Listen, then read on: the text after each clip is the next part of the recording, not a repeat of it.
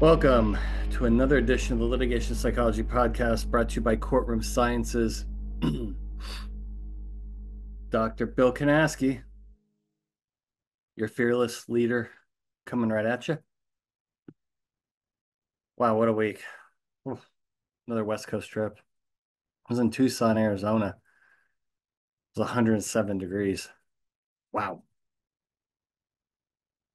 Gorgeous place, though. Jeez, the terrain and landscape is just absolutely tremendous. I was up there for a conference, gave a speech, and something came up the speech that I want to cover with you all today is the whole concept of preparation, right? Let's call this episode Preparing for the Storm. Now, hurricane season, uh, depending on where your geographical location is in the United States, I'm in the Southeast. Now, that's a big deal. And you see on the news the damage that these things can do.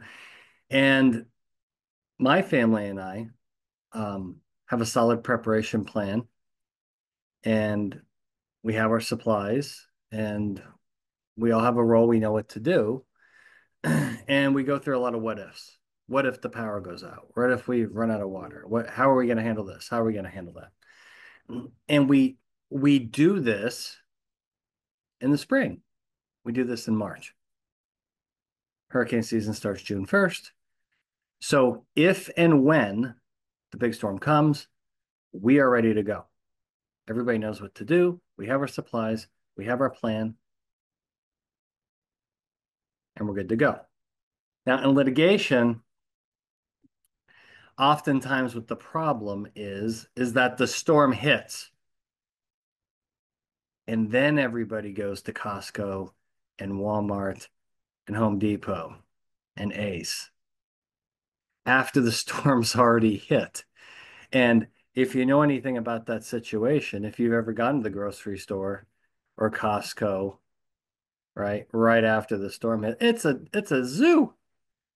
It's complete chaos. It's a disaster. And that plan tends not to end well. Okay. Why? It's pure chaos.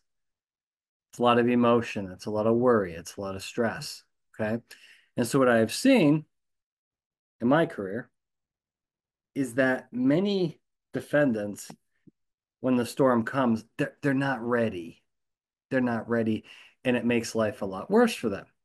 Now, if you're a plaintiff attorney and you're suing a company that really isn't prepared for the storm, you know, it's a heck of a lot easier to get what you want. Whereas if you're suing a defendant and that defendant's ready for the storm, okay, different story. So, how do you become more ready for the storm? And this is tricky because a lot of, there's a lot of defense attorneys that listen to this podcast. There's plenty of plaintiff attorneys that listen to this podcast. Hello, plaintiff attorneys. That's fine. I'm okay with that. Um, and there's a lot of insurance claims people. There's people in various industries that listen. But one of the key things I see when I come in on a case is a defendant that they did not have their ducks in a row prior to litigation. And then all of that's going to be very costly as discovery plays out. So what do I mean by this? Well, there's a couple different areas that I see that if the if the defendant was more prepared up front, just like if you're prepared for a hurricane, the statistical odds of a more favorable outcome are much, much higher. Let's go over these. Actually, I'm going to take a drink out of the Dvorak law firm, Omaha, Nebraska. Got me a beautiful Yeti. Thank you, Dvorak. Good law firm, by the way. And they always invite me to the College World Series in Omaha. Great people. All right, so let's talk about what can be done before the storm, right? Before now, this is very proactive thinking, meaning doing things as a company before the lawsuit's even filed. So when something bad happens, your state of readiness is much, much better. Okay. Now, again, if you're a defense attorney listening to this right now, you don't have much control over this. Now, your only option would be to tell your clients, hey, do some of these things, right? If you're an insurance claims person, getting this message out to your insureds would be critical. Okay. Working with a lot of insurance companies right now, working with them to get like checklists, right? You know, like the hurricane checklist, right? The hurricane prep checklist. And all the stores around here, they give them out for free. They have every county has it on their website. Here's what you need to do. Hurricane season's coming.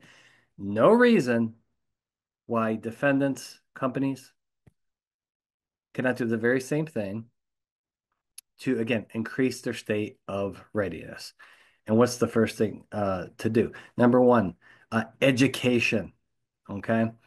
So what I mean by education is that many defend, not all of them, because some defendants get sued constantly, right? You got like a big hospital system, right? um, or other corporation. They get sued. They're kind of litigation savvy. Well, not every company is like that, right? But even if a company is litigation savvy, some of the people within the company are not. And so the first thing to do is education.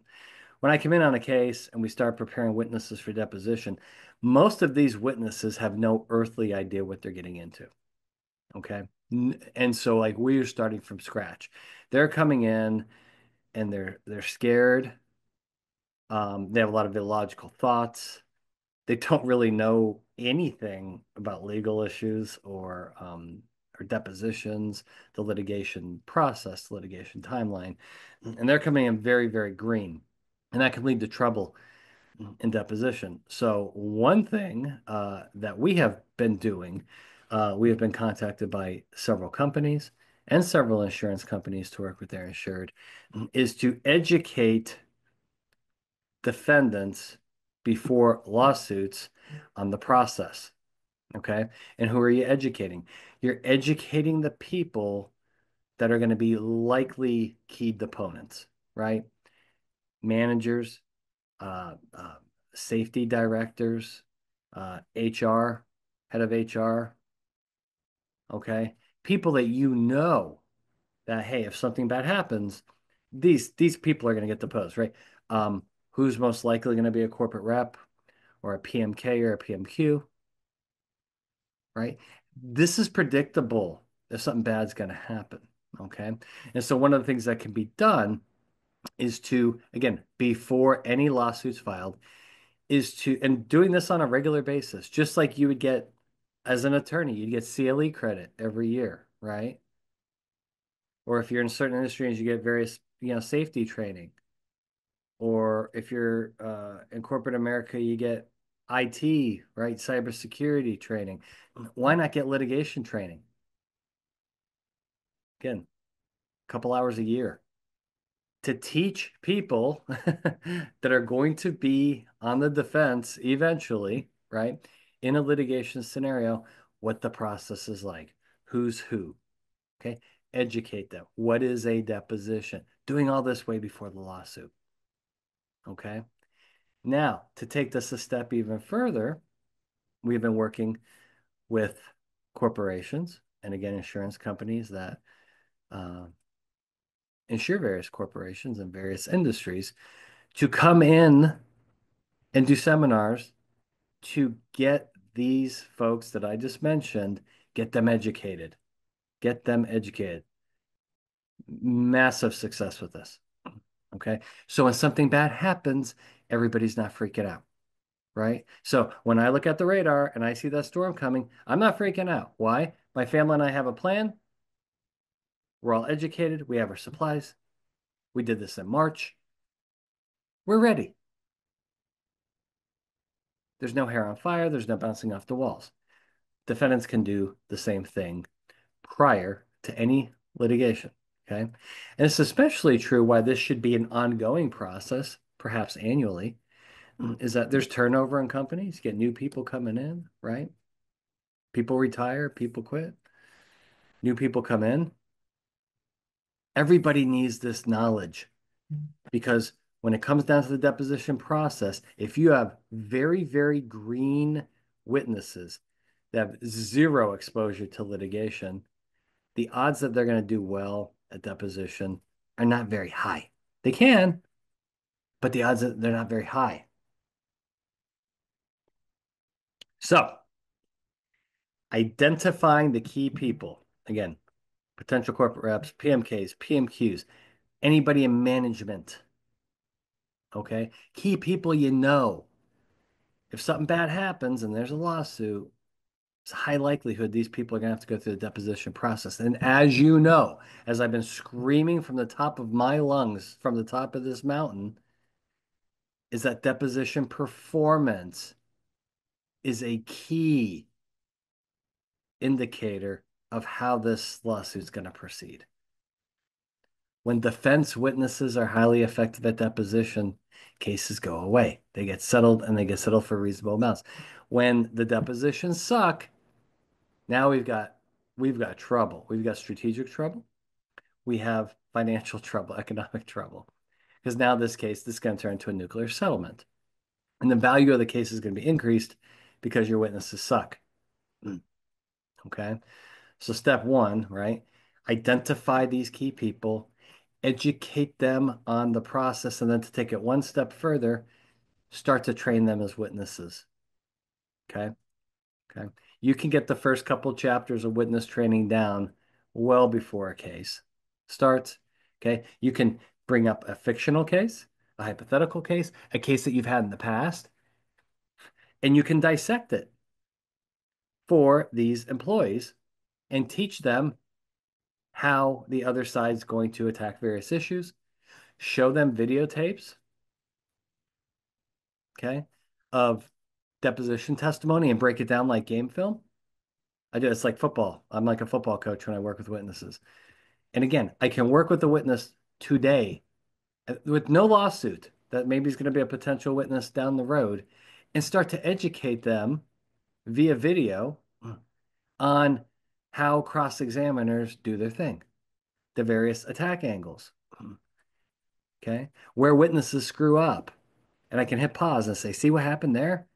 This witness never understood that question. Hit pause. See right here? This witness is going fight or flight because they're being threatened by the questioner. Okay. Oh, hit pause. See here? The witness is talking way too much and volunteering a lot of information that was never asked for, right?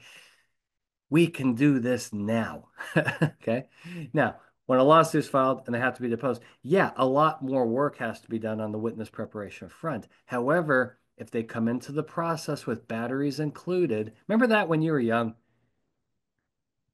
Remember that you were, God, I used to love Christmas. Now I hate Christmas. Christmas is like the worst holiday around. I've completely boycotted Christmas. Can't stand it. But when I was young, I loved it like most kids. And I remember you'd open up that toy, right? You'd rip open the package. And you got that toy you've been dreaming about for the last 6 months. Santa came. Santa delivered. And you open it up and you get it out of the box. When I was younger, it was Star Wars, right? The Star Wars stuff. Oh man. Whatever kid on the block had the best Star Wars stuff, like you were the man. You were the man. And you open up this thing, you're like, oh my God. Oh my God, I got it. I'm gonna be the most popular kid in the third grade. And then you go to play with it, and you look at the back and it says two C batteries needed, or two D batteries, or two double A batteries. And you look at mom and you're like, batteries. You look at dad, you're like, batteries. And they're like, oh shit. And now, it's 8:15 a.m. and you went from complete joy, just utter joy in your life, to holding a toy you can't use because it's got no goddamn batteries. And there's no stores open. At least, well, in 1983, when I was doing this, 1980s, early stores weren't open on Christmas. See, poor parents now. Now it's like, nope, I'll go run the CVS because it's open on Christmas, right? But man, when you don't have the batteries included, it doesn't work out very well, right? So imagine if your potential witnesses, likely witnesses, if they come into the litigation process with batteries included, yeah, oh yeah, makes life a lot easier. No batteries, a lot of frustration. Okay, so that's kind of number one of what we can do is working with these people and then continuing education. Okay, even doing some mock questioning with them. You know what they're going to be asked. You don't need case specifics to do a mock deposition. Get them in the process. Let them know how it feels. Yeah, it sucks. And give them a taste of that. Okay, because then when the real thing comes along, that training is going to stick and they'll be much easier to work with and you'll be far more effective in your preparation. All right. Number two, and boy, is this a bad one. Your clients, right? So defendants, there's three areas where plaintiff attorneys go and just mop the floor with you guys. It's easy money, low-hanging fruit. Policies and procedures, the language in those, training manuals, the language in those, and the horrendous language on your on the company website.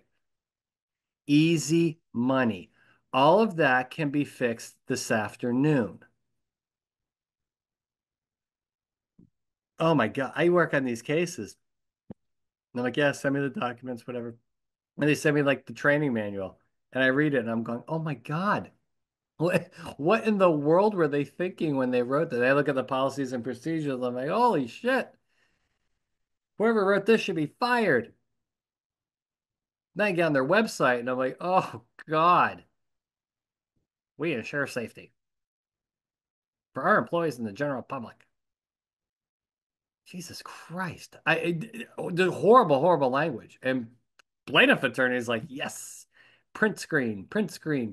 And all this stuff's going to be used at depth. This is what your policy says. This is what your training manual says. In fact, this is what you're telling the general public on your website. And you're not even following your own parameters and rules. Because all of that language is unrealistic, idealistic, and over the top.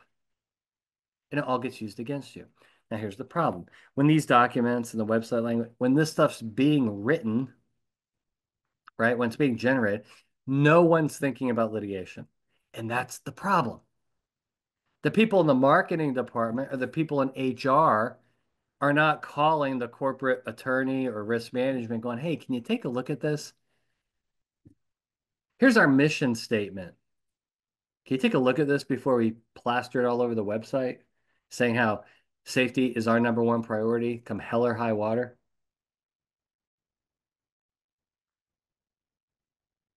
Nope, not happening.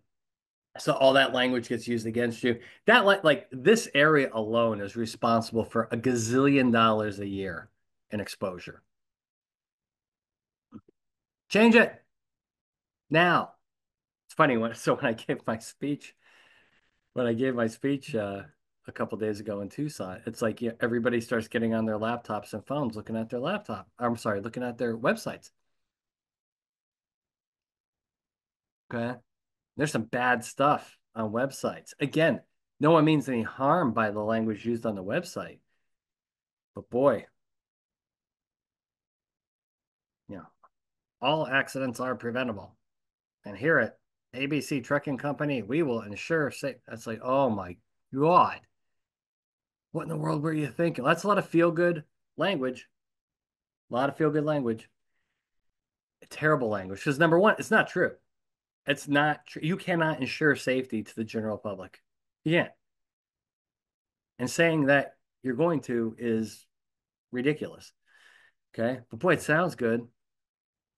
Okay. We need some radical, and I mean radical honesty when it comes to language and these policies, procedures on the websites, the training manuals. We had a client that came to us. The Their policies, it was a transportation company. They had like 124 pages in their policy. They cut it down to 25 in about a month. Very, very smart. It's not necessary. Okay, number one. Number two, now this is the pushback I get. Well, if we take all that stuff out, what do we, aren't we going to look bad? Like, so if we're doing the, well, how come you don't have all this safety language in your policies and procedures and your training man? Like, we're going to look like we don't even care about safety. Wrong. Because where it's all at, and I can prove this at the jury level, it's going to be the communication and enforcement of these ideas. Let me repeat that. It's going to be the communication and the enforcement of your policies, procedures, training parameters. That's what jurors care about. And how does that happen? Meetings. You may have safety meetings, employee meetings, staff meetings, department meetings. What are you going over? It's the communication of these principles that the jury wants to see. I can't tell you how many times we've done focus groups, mock trials, where the company policies were really well written, and the jury said, we don't care because you're not communicating. No one, by the way, no one reads the policy. No one reads the policy. I mean, how many times you read your own policy? Probably the day you got hired, and you haven't looked at it since. Okay, nobody reads this shit. Okay, so the communication and enforcement of these principles is the key, not what's written in some document that you look at the day you get hired and never look at again. Juries understand that. Why? They all have jobs and they all sign the same document. They all have, all these jurors have policies and procedures and training manuals. They don't read them either. They know. They know. And so your ability as a defendant to show how you communicate these principles is the key. So there's another thing you can do is make sure as a defendant, your meetings and what you're covering and how you document those meetings, make sure you're Johnny on the spot with that. Because that's what's going to really make the most difference at the jury level. Okay. But God, go through these websites, I mean, you can change all that stuff now. It's really, really terrible. Unfavorable language. Terrible language. Okay. Third area, hiring practices. Again, no one wants a lawsuit, but oftentimes the hiring practices, okay, are highly criticized. Okay. You're hiring clowns. You're hiring clowns to drive 80,000-pound trucks down the interstate. That's a problem. Okay. You're hiring clowns to perform medical procedures. That's a problem. Okay. And so what are yeah, right. So again, this is for the corporate defendant. What can you do now? Well, revisit those hiring policies. Can they be more stringent? Are you doing background checks on people? They basic background checks or the in-depth, right? I mean, what's your stance on hiring people with a criminal background, right? Or if they've been in a substance abuse program, what's your stance on that? Okay. Um, that process can be highly criticized by a plaintiff attorney and by a jury. So again, something to prepare for the storm. Look at this stuff. It's almost like if you're a corporate defendant, and again, whether you're a small company or a large company, you really want to look again. It's kind of like cybersecurity would be a good example. Is you want to look at where your own vulnerabilities are at. Okay. So I told everybody at the speech, I told everybody right now, hire an attorney to look over your stuff and have them shred it. Hire a really good attorney and say, hey, pretend that you're a plaintiff attorney. Look at my policies, look at my look at my training manuals, look at our website, and just shred it. Just like you'd hire an IT expert to say, look at our email system, look at our website, tell me where we're weak, because we can't see it. It's very, very difficult to see your own vulnerabilities, not just as a company, but as human beings, right? Okay. Hire an attorney to look at your shit. And then they're going to tell you where you're vulnerable and then make the change before lawsuits even happen, right? Okay. Important stuff. Then finally, having a litigation crisis plan. You got to have a plan. Again, it's like the hurricane plan is okay, if something bad happens and we get sued, what are we going to do? What are we going to do? Now, most corporations have a plan. For example, if there is a natural disaster, there's a plan. And like once a year, they go over that plan with employees. If there's a fire, there's escape routes, there's plans. You do fire drills, right? Nobody does this for litigation. Why not? There should be a litigation crisis plan. So if something bad happens, everybody knows what to do. No one's going to panic. No one's going to be sending ridiculous text message and emails. Holy shit. I just had a case. It's like after the accident. Okay, so there's a very, very bad accident that resulted in multiple deaths. And the emails and text messages over the next 24 hours were devastatingly bad to the defense. Why? No crisis plan.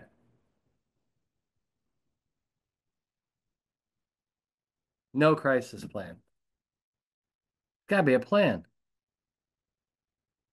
Something bad happens. Here's what we do. We call our outside counsel immediately. Okay. And this plan is gonna be a little different for everybody. But you eliminate a lot of the catastrophic mistakes that people make when they panic.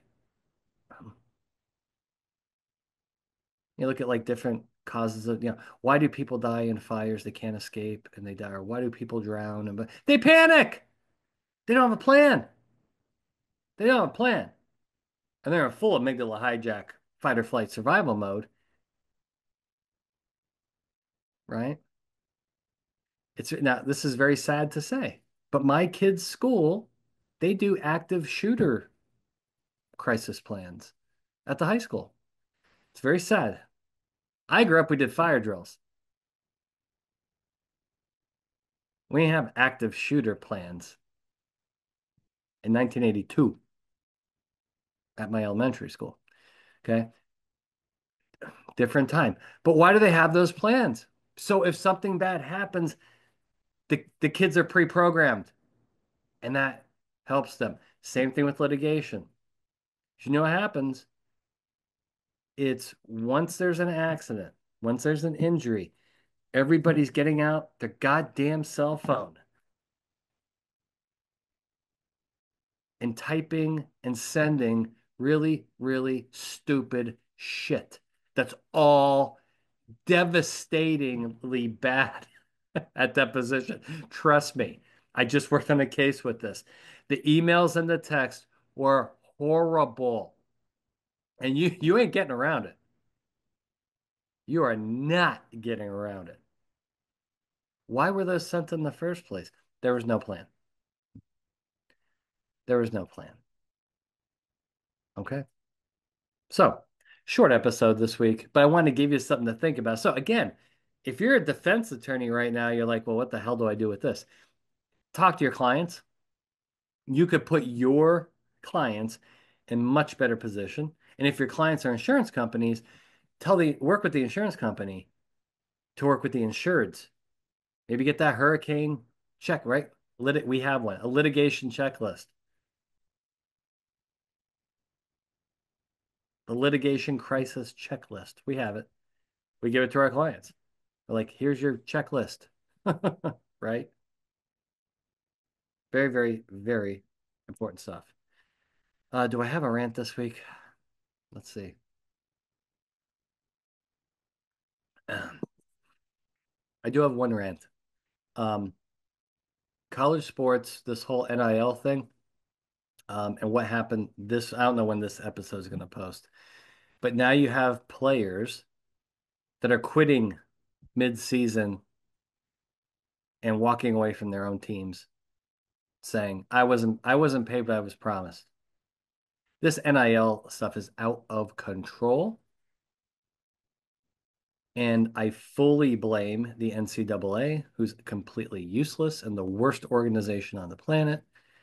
And this open free market with zero parameters, zero guardrails is going to ruin college sports. I think it's largely ruined. I think it's turned a lot of people off. And it's a real damn shame. And there's a lot of legal issues involved with that. Boy, if you're a contract lawyer, boy, right? This is important stuff. So, unfortunately, and Dr. Wood, Steve Wood, just had an attorney that does NIL litigation on the podcast. That type of stuff is going to explode here in the next couple of years. College athletes suing the universities, the coaching staff, the NIL collectives, whatever, for broken promises. What a mess they have made of college sports. And it's really heartbreaking because it's something I've always loved, and it's changed so much. There's nothing to me. There's nothing better on a Saturday, on my one day of rest, is to kick back and watch college athletes compete, whether it be football field, basketball, baseball, even the Olympic sports. And now it's just being absolutely destroyed with a chainsaw. Why? Money, greed. That'll do it. That will do it. Well, on that very sad note, thank you for participating in another edition of the Litigation Psychology Podcast brought to you by Courtroom Sciences. I'm Dr. Bill Kanasky. We'll see you next time.